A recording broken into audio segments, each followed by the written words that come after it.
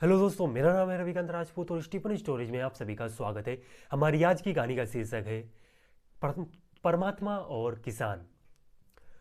तो एक बार एक किसान परमात्मा से बड़ा ही नाराज होता है। कभी बाढ़ आ जाए, कभी तेज धूप निकल आए, कभी बारिश हो जाए, कभी ओले गिर जाए, जिसकी वजह से उसकी फसल हर बार थोड़ी सी खराब हो जाए। इस बार उसने परमात्मा से तंग आकर बोला कि हे प्रभु, लगता है आपको खेती बाड़ी की जरा सा भी पता नहीं है। एक बार मुझे मौका देकर देखिए। मैं जैसा चाहूँ वैसा मौसम हो, और एक बार जब मैं जैसा चाहूँ वैसा मौसम हो और मुझे एक बार मौका देकर देखिए। फिर मैं आपको दिखाता हूँ कि किस तरह फसल की जाती है। मैं अन्न के भंडार भर दूंगा। परमात्मा मुस्कुराए और कहा, ठीक है, चल, 1 साल मैंने तुझे मौका दिया। तू जिस तरह का मौसम चाहेगा उस तरह का मौसम होगा। किसान ने गेहूं की फसल बोई, और उसने जब पानी चाहा तब पानी मिला, जब धूप चाही तब धूप मिली। और उसने ओले, आंधी और तेज बारिश, तेज धूप आने तो बिल्कुल ही नहीं दी।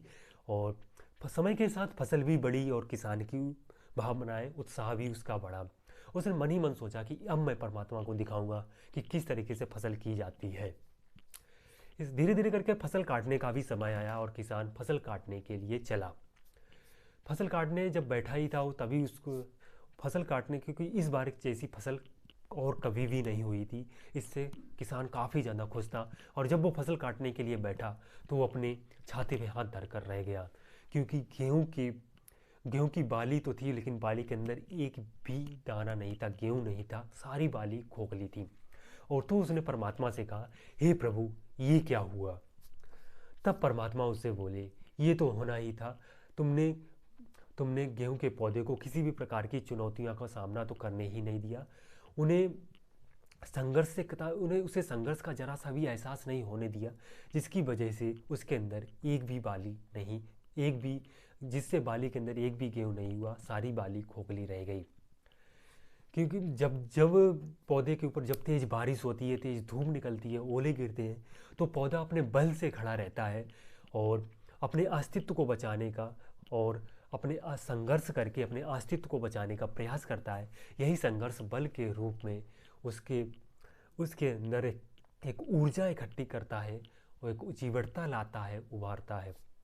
सोने के कुंदन को बनने के लिए सोने को पहले पिघलना, गल तेज आग में तपना पड़ता है, हथौड़ी से पीटना पड़ता है और गलना पड़ता है। तब जाकर उसके अंदर की स्वर्णिम आभा उभरती है और उसे अनमोल बनाती है। ठीक उसी प्रकार हमारे जीवन में यदि हमारी चुनौतियाँ नहीं होगी, यदि संघर्ष नहीं होगा, तो हम भी अंदर से खोखले रह जाएंगे। हमारा जीवन भी एकदम, और हम किसी भी प्रकार की प्रखरता को, या किसी भी प्रकार की, क्या बोल सकते हैं, किसी की चुनौतियों से जब लड़ेंगे नहीं, तो हम भी एकदम खोखले रह जाएंगे। क्योंकि ये चुनौतियां ही हैं जो हम मनुष्य रूपी तलवार को धार देती हैं, उसे सशक्त और सुदृढ़ बनाती हैं। यदि हमें अपनी यदि हमें अपने जीवन को एकदम प्रखर बनाना है, तो हमें चुनौतियों का सामना तो करना ही पड़ेगा, वरना हम अंदर से खोखले रह जाएंगे।